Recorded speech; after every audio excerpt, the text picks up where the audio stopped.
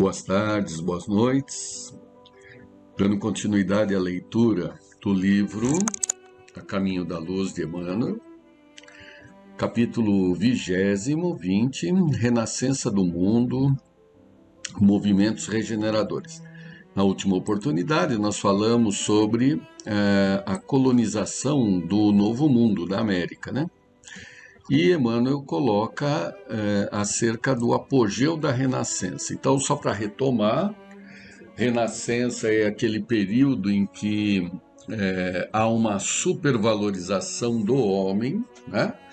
Antropocentrismo, muito semelhante ao que existia na antiga Grécia, valorizando a razão, o pensamento. Isso começou no século XVI, praticamente 1500, e era toda uma oxigenação na sociedade, movida pela descoberta dos outros planetas que girariam em torno do Sol através da ciência, né? A ciência foi o grande movimentador enfrentando os dogmas da Igreja Católica, seguido do movimento protestante, né?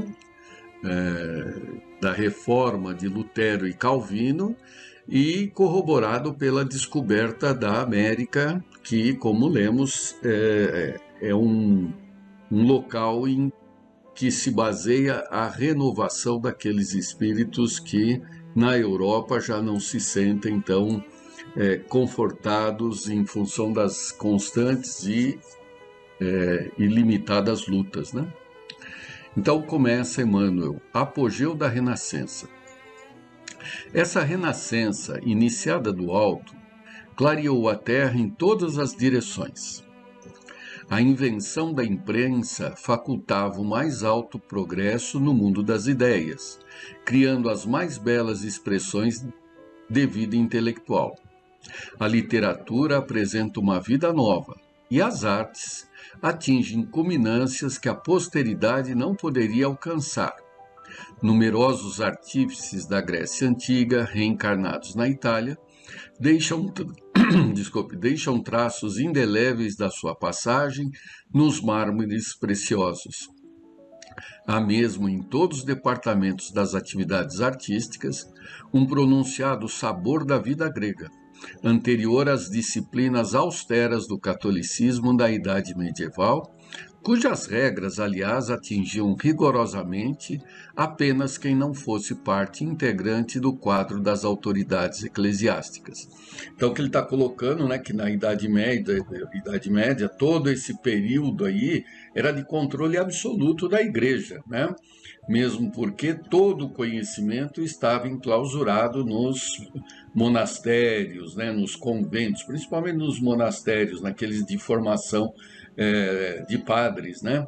Todo o conhecimento, as bibliotecas, os livros, já comentamos aqui do filme O Nome da Rosa como uma referência, né? A ignorância, até há pouco tempo, era considerado a Idade Média o período das trevas, né? Não havia nenhum tipo de atividade intelectual maior na Europa, né? Já pelos considerados invasores bárbaros árabes, né, islâmicos, já é o inverso, né? Mesmo da Idade Média, os árabes detinham um conhecimento científico muito mais profundo que a própria Europa. Até comentamos aqui que na Europa não existia o relógio, né? Porque tudo era vinculado à terra. Então, o ciclo do dia é estabelecido pelo clima, não há necessidade de saber o que é minuto, hora, segundo, né? Já os árabes tinham isso, né? Muito bem, então, também já comentamos, né? Quando da invenção da imprensa, o que acontece é que essas obras que estavam fechadas nos edifícios, nos castelos, né, nos monastérios, elas passaram a circular nos burgos, nas cidades, né? Tanto que a primeira impressão de livro foi sobre a Bíblia, né, a Bíblia impressa de Gutenberg, valiosíssima, tem alguns exemplares ainda hoje, e que conseguiu já popularizar e levar um pouco o que seria o conhecimento trazido pelo povo judeu e pelos evangelistas, né? Já na arte, vamos também encontrar em Milão, na Itália, enfim, né? Leonardo da Vinci, Michelangelo, em que nas suas até concorrências entre si sobre a qualidade técnica da obra, né? Acabaram promovendo todo um movimento de valorização da arte, né? É claro que os banqueiros daquela época, né, senhores já ricos, burgueses, financiavam esses artistas e com isso também já foi uma forma de minar o controle da própria igreja, né? Continuando. Renascença religiosa. A essas atividades reformadoras não poderia escapar a igreja, desviada do caminho cristão. O plano invisível determina, assim, a vinda ao mundo de numerosos missionários com o objetivo de levar a efeito a renascença da religião, de maneira a regenerarem seus relaxados centros de força. Assim, no século XVI aparecem figuras veneráveis de Lutero, Calvino, Erasmo, Melanchthon e outros vultos notáveis da Reforma na Europa Central e nos Países Baixos. Países Baixos aqui é a antiga Holanda, né? Por ocasião dos primeiros protestos com o fausto desmedido dos príncipes da Igreja, ocupava a cadeira pontifícia Leão X, cuja vida mundana impressionava desagradavelmente os espíritos sinceramente religiosos. Sob a sua direção, criara-se em 1518 o célebre Livro das Taxas da Sagrada Chancelaria e da Sagrada Penitenciaria Apostólica, onde se encontrava estipulado o preço de absolvição para todos os pecados, para todos os adultérios, inclusive os crimes mais hediondos. Lembrando aqui que adultério não é essa conotação que nós temos necessariamente hoje, né? Chegou a ser classificado adultério até como a alimentação da carne oferecida aos deuses na época de Roma, né? Mas, enfim, o conceito é de não ser fiel a um propósito, né? Tais rebaixamentos da dignidade eclesiástica ambientaram as pregações de Lutero e seus companheiros de apostolado. De nada valeram as perseguições e ameaças ao eminente frade agostiniano. Alguns historiadores enxergaram na sua missão uma simples expressão de despeito dos seus companheiros de comunidade em face da preferência de Leão X, encarregando os dominicanos da pregação das indulgências. Indulgências são essas concessões, né? A verdade, contudo, é que o humilde filho de Eisleben tornara-se órgão da repulsa geral aos abusos da Igreja, no capítulo da imposição dogmática e da extorsão pecuniária. Os postulados de Lutero constituíram, antes de tudo, modalidade de combate aos absurdos romanos, sem representarem o caminho ideal para as verdades religiosas.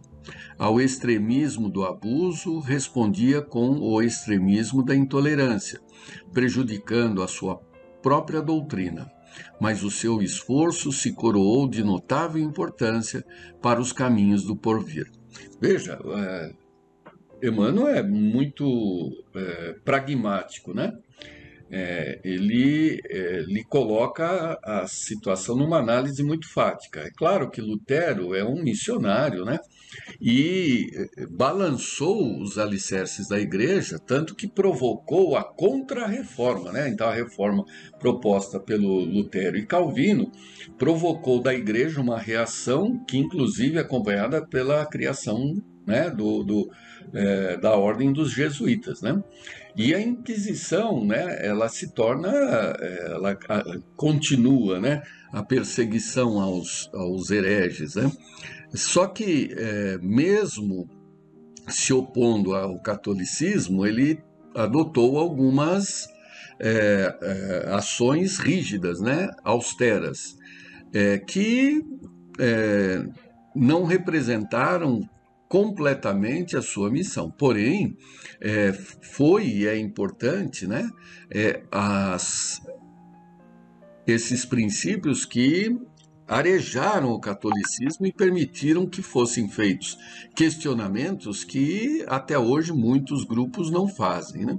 Então se destacam aqui aquele contato direto com Deus, não havendo a necessidade das imagens dos santos, e que o que se busca é a graça, não se deve dar o pão, mas ensinar a pescar. É todo um conceito diferente, né? Esses países, só a título de comentário, se a gente não fez, vai repetir, se fez, vai repetir, se não fez, é novidade, né? Mas os países que adotaram o protestantismo, né, eles são de fato mais ricos economicamente do que os países que se mantiveram católicos. Tem todo um princípio filosófico atrás disso, em que aqueles que são católicos precisam da existência dos pobres para que se faça a caridade e, portanto, se dá o pão. Já nos protestantes, não. Eles ensinam a pescar, porque não é só dar o pão, ensina a pescar, para que o próprio indivíduo cresça e se coloque na condição de herdeiro dos céus, né? Ele deteria a graça aqui na terra e, portanto, a graça no céu. Então, são duas correntes, dois paradigmas mentais completamente diferentes, e que hoje se reflete ainda nessa situação, né? Continua, Emmanuel. A Companhia de Jesus. Uma onda de claridades novas felicitava todas as consciências, mas os espíritos tenebrosos e pervertidos, que mostraram ao europeu outras aplicações da pólvora, além daquelas que os chineses haviam enxergado na beleza dos fogos de artifício, inspiraram ao cérebro obcecado e doentio de Inácio de Loyola a fundação do jesuitismo em 1534, colimando reprimir a liberdade de consciência. Nossa, aqui é muito contundente o que ele coloca, né? Por quê? Porque, veja, ele aplica uma definição muito complicada em relação à condição de Inácio, né? Então, só para que a gente tenha ideia, quem é Inácio de Loyola, né? Ele era um espanhol, né? Ferido num confronto com os franceses em 1521, e durante esse período de recuperação, ele acabou, junto com outros 6 estudantes, eram estudantes, né? Na Capela de Mártires, fundaram a Companhia de Jesus. Então eram estudantes para desenvolver trabalhos de acompanhamento hospitalar e missionário em Jerusalém. Ora, para ir aonde o Papa nos enviar sem questionar. Essa é a questão, né? O jesuitismo, ele começa através de uma ideia de obediência incondicional ao Papa, né? A gente sabe que a obra dos jesuítas foi muito importante para o mundo, né? Ele se espalhou por toda a Europa, não só no Brasil, né? Mas só para vocês terem uma ideia, né? Uma declaração tida como sendo de Inácio de Loyola, assim declarou: acredito que o branco que eu vejo é negro, se a hierarquia da igreja assim o tiver determinado. Então, eu acho que essa frase, ela exemplifica o que Emmanuel colocou, né? Acredito que o branco que eu vejo é negro, se a hierarquia da igreja assim o tiver determinado. Por isso que ele coloca que já no seu início o jesuitismo era caracterizado pela repressão à liberdade de consciência. Você não tem que pensar, você tem que obedecer. Obedecer a quem? Ao Papa, à vontade do Papa. Tanto é que, apesar de alguma resistência, a ordem foi aprovada, né, pelo Papa de forma relativamente simples. E essa aprovação implicou, e esse comportamento implicou numa proximidade muito grande entre a ordem e o Papa. Isso nos 200 anos seguintes, um pouco mais, né? Essa aderência, essa obediência, né, dos senhores da ordem, né, foi que provocou uma série de sabores e uma série de problemas, como Emmanuel destaca aqui. Então, continuando. A Igreja, estendendo mão forte a essa ideia, inaugurava um dos períodos mais tristes da história ocidental. O Tribunal da Inquisição, com poderes de vida e morte nos países católicos, fez milhares e milhares de vítimas, ensombrando o caminho dos povos. Espetáculos sangrentos e detestáveis verificaram-se em quase todas as grandes cidades da Europa. Os autos de fé acenderam horrendas fogueiras do Santo Ofício, por toda parte onde existiam cérebros que pensassem e corações que sentissem. Instituiu-se a devassa de todos os institutos sociais e a violação de todos os lares. Na Espanha, queimavam o infeliz na praça pública. Na França, tétrica noite causava pesadelo coletivos em matéria de fé. Na Irlanda, muitos fiéis faziam questão de levar ao altar de Jesus a vela feita da gordura dos protestantes. Olha a crueldade aqui, essas ideias levaram, né? Se destaco aqui um episódio muito mencionado, né, no Espiritismo, que é a noite de São Bartolomeu, em 1572, né, em que os católicos massacraram os protestantes, chamados huguenotes, na França, reunidos para um casamento, né? Então, a noite de São Bartolomeu, ela, na verdade, não foi uma noite, né? Foi uma semana, mas as coisas foram tão complicadas que não se tem um número preciso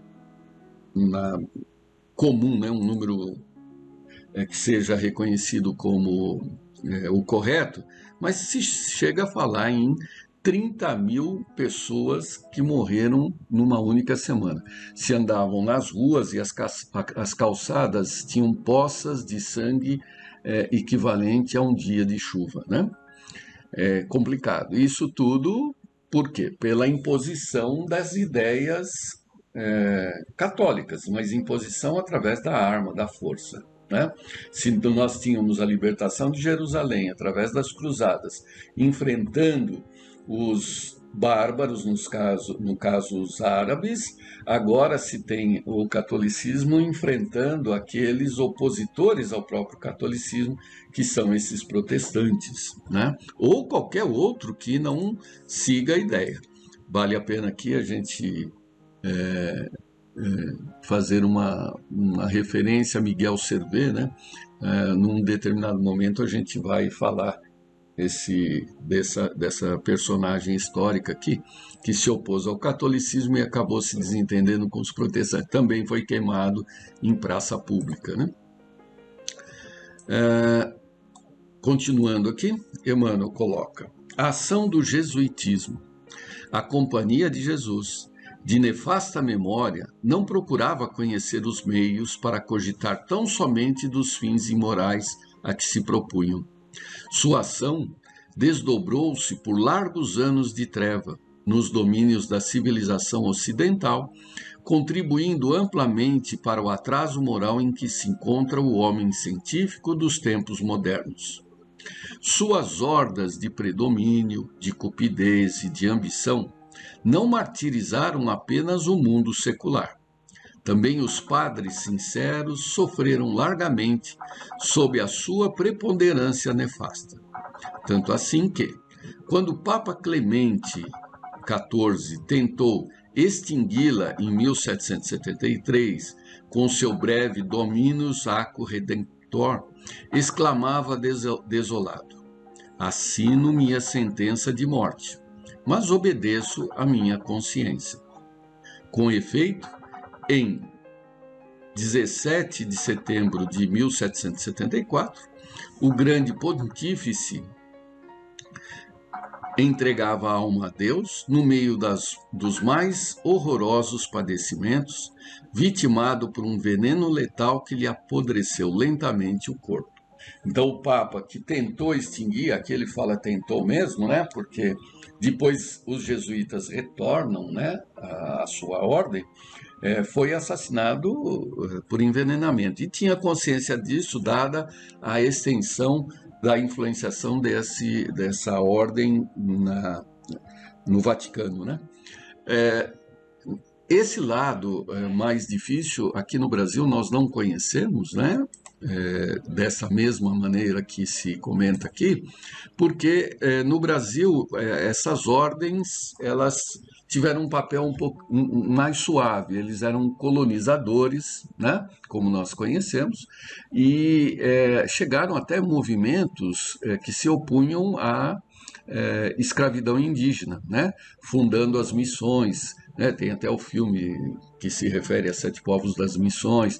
Então, o papel daqui, na colonização do Brasil, dos jesuítas, não tinha tão forte essa relação de poder que existia lá na Europa. Por isso que essas colocações para nós podem até parecer estranhas, né?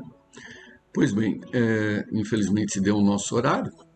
Na semana seguinte daremos continuidade à leitura. Prazer em revê-los e até mais.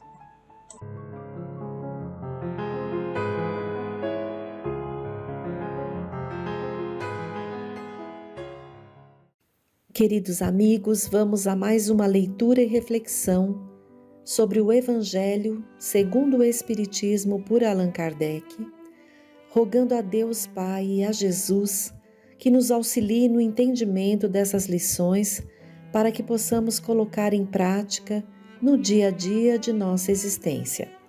Estamos no capítulo 17, Sede Perfeitos, Caracteres da Perfeição. Item 1, abre aspas.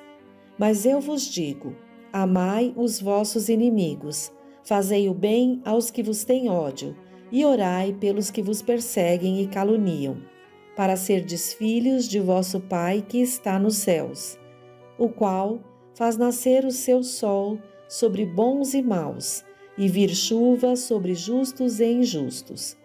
Porque se vós não amais senão os que vos amam, que recompensas haveis de ter? Não fazem os publicanos também o mesmo? E se vós saudardes somente os vossos irmãos, que fazeis nisso de especial? Não fazem também assim os gentios? Sede vós, logo, perfeitos, como também vosso Pai Celestial é perfeito. Fecha aspas. Um trechinho de Mateus, capítulo 5, versículos de 44 a 48. Item 2. Desde que Deus possui a perfeição infinita em todas as coisas, esta máxima, abre aspas, sede perfeitos como vosso Pai Celestial é perfeito, fecha aspas, tomada ao pé da letra, faria supor a possibilidade de atingirmos a perfeição absoluta. Se fosse dado à criatura ser tão perfeita quanto o seu próprio Criador, ela o igualaria, o que é inadmissível. Mas os homens aos quais Jesus se dirigia não teriam compreendido essa questão. Ele se limitou, portanto, a lhes apresentar um modelo e dizer que se esforçassem por atingi-lo. Devemos, pois, entender por essas palavras a perfeição relativa de que a humanidade é suscetível e que mais pode aproximá-la da divindade. Mas em que consiste essa perfeição? Jesus mesmo disse, abre aspas, amai os vossos inimigos, fazei o bem aos que vos têm ódio e orai pelos que vos perseguem e caluniam. Fecha aspas. Com isso, mostra que a essência da perfeição é a caridade, na sua mais ampla acepção, porque ela implica a prática de todas as outras virtudes. Com efeito, se observarmos o resultado de todos os vícios e mesmo dos simples defeitos, reconheceremos que não há nenhum que não altere mais ou menos o sentimento de caridade, porque todos nascem do egoísmo e do orgulho, que são a sua negação.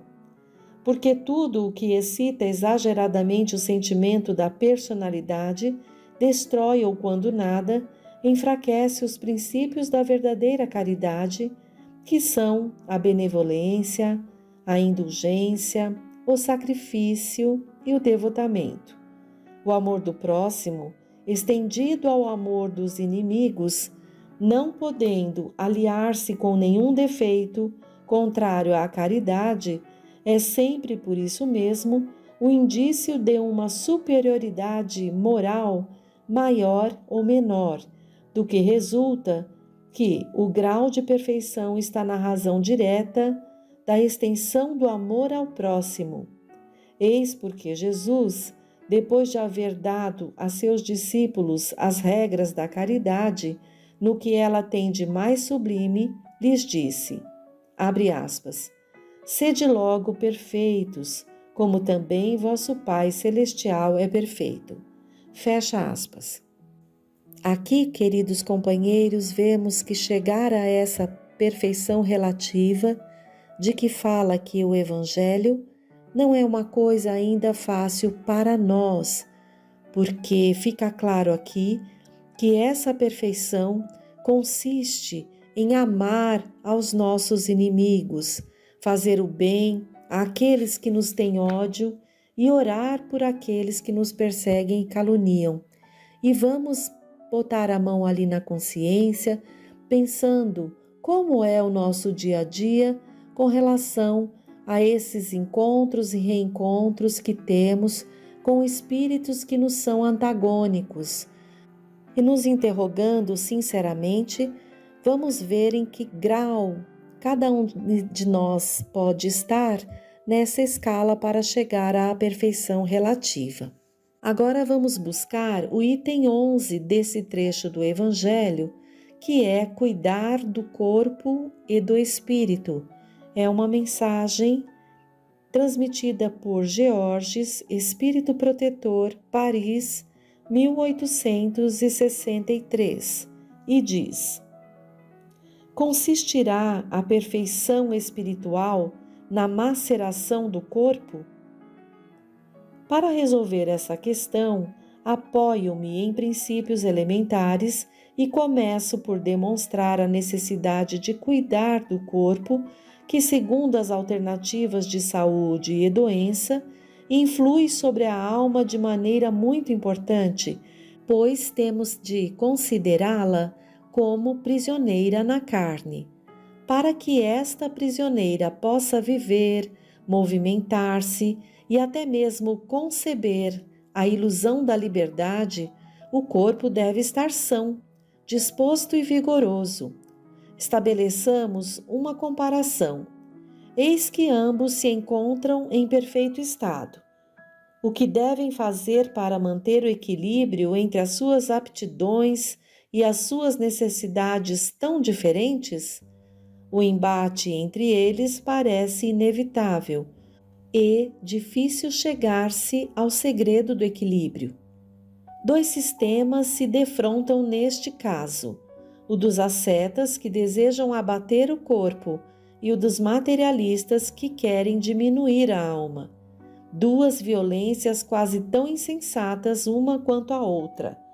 Ao lado dessas duas correntes, fervilha a multidão dos indiferentes que, sem convicção nem paixão, amam com tibieza e gozam com parcimônia. Onde, pois, a sabedoria? Onde, pois, a ciência de viver? Em parte alguma. E esse grande problema ficaria inteiramente por resolver se o Espiritismo não viesse em auxílio dos pesquisadores para demonstrar-lhes as relações existentes entre o corpo e a alma e dizer-lhes que, desde que são reciprocamente necessários, é indispensável cuidar de ambos. Amai, pois, a vossa alma, mas cuidai também do corpo, instrumento da alma. Desconhecer as necessidades que lhes são peculiares por força da própria natureza é desconhecer as leis de Deus. Não o castigueis pelas faltas que o vosso livre-arbítrio o fez cometer, e pelas quais ele é tão responsável como o cavalo mal dirigido o é, pelos acidentes que causa. Sereis por acaso mais perfeitos se, martirizando o corpo, não vos tornardes menos egoístas, menos orgulhosos e mais caridosos? Não, a perfeição não está nisso, mas inteiramente nas reformas a que submeterdes o vosso espírito. Dobrai-o, subjugai-o, humilhai-o, mortificai-o. É esse o meio de o tornar mais dócil à vontade de Deus e o único que conduz à perfeição. Este item também nos chama a atenção para que verifiquemos de que forma podemos alcançar essa perfeição, realizando o cuidado, o zelo, não só com o nosso corpo físico, que é o nosso instrumento de ação nesta encarnação, bem como nosso próprio espírito, nossa alma, no sentido de nos reformarmos intimamente, moralmente, eliminando de nós as mazelas morais que trazemos, que é o orgulho, o egoísmo, a vaidade. Então que possamos refletir bastante sobre isso. E no livro O Espírito da Verdade, psicografado pelo Chico e Valdo Vieira por diversos autores, vemos no item 32 uma mensagem de André Luiz que se chama Na Saúde, na Doença, e diz: em toda circunstância, trate a própria saúde, prevenindo-se da doença com os recursos encontrados em você mesmo. Cada dia é novo ensejo para adquirirmos enfermidade ou curar nossos males. O melhor remédio, antes de qualquer outro, é vontade sadia, porque a vontade débil enfraquece a imaginação, e a imaginação doentia debilita o corpo. Doença do corpo pode criar doença da alma, e doença da alma pode acarretar doença do corpo. Vida atribulada nem sempre significa vida bem vivida. Conquanto a existência em torno possa mostrar-se febricitante e turbilionária, resguarde-se contra as intempéries emocionais no clima íntimo do próprio ser, ajudando e servindo com alegria aos menos infelizes, na certeza de que o enfermeiro diligente conserva a integridade mental, muito embora convivendo dia a dia com dezenas de enfermos em grandes desequilíbrios. Somos parte integrante da farmácia do nosso próximo. Observe as reações que a sua presença provoca no semelhante e pacifique aqueles com quem convive, não só pela palavra, mas até mesmo pela aparência e pelas atitudes, pois, com a simples aproximação, funcionamos como tranquilizadores ou excitantes de quem nos cerca, aliviando ou agravando os seus padecimentos físicos e morais. Muitas doenças nascem da suspeita injustificável. Seja sincero com você e com os outros na apreciação de sintomas que se reportem a desajustamentos orgânicos, tratando de assuntos desta natureza, sem alarde e sem exagero. O maior restaurador de forças é a consciência reta que asserena as emoções. Se o leito de dor é agasalho imposto ao seu corpo enfermo, lembre-se de que a meditação é santuário invisível para o abrigo do espírito em dificuldade e que a prece refunde e sublima as energias da alma. Doença é contingência natural, inevitável às criaturas em processo de evolução. Por isso, esforce-se por abolir inquietações quanto a problemas de saúde física, atendendo ao equilíbrio orgânico e confiando na vontade superior. Como é bom estudarmos um pouco do Evangelho, como é bom lermos mensagens como essa de André Luiz, que nos faz pensar: será que os meus pensamentos e as minhas ações estão me trazendo saúde? Será que a minha presença torna um ambiente agradável ou desagradável? Então, muitas vezes, refletindo através dessas mensagens, podemos fazer a nossa reforma íntima. Cada dia, como é dito aqui, é um novo ensejo para adquirirmos enfermidades ou curar nossos males.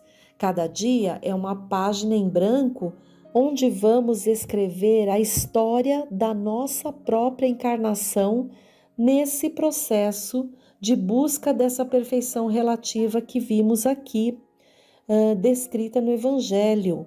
Então vejam a importância de avaliarmos, de vigiarmos a nossa conduta e cada noite, como nos aconselha Santo Agostinho, verificarmos como foi o nosso dia, onde ali nos equivocamos de novo, para que no próximo dia possamos ter a oportunidade de reparar antes que venhamos a desencarnar e termos que novamente programar uma nova reencarnação para reparar as situações. Então está em nossas mãos e a cada dia observarmos a nossa conduta. Podemos nos rebaixar ou nos elevar, de acordo com o teor dos pensamentos que a gente cultiva, das palavras que a gente diz e das ações que a gente pratica. E assim, vigilantes, a cada dia que despertemos, possamos já rogar a Deus: Deus Pai, esteja comigo neste dia, que eu esteja atenta a todas as oportunidades que me chegam e que eu possa melhorar a minha conduta. E assim, queridos amigos, dia a dia, vamos tentando ali fazer um pouquinho melhor.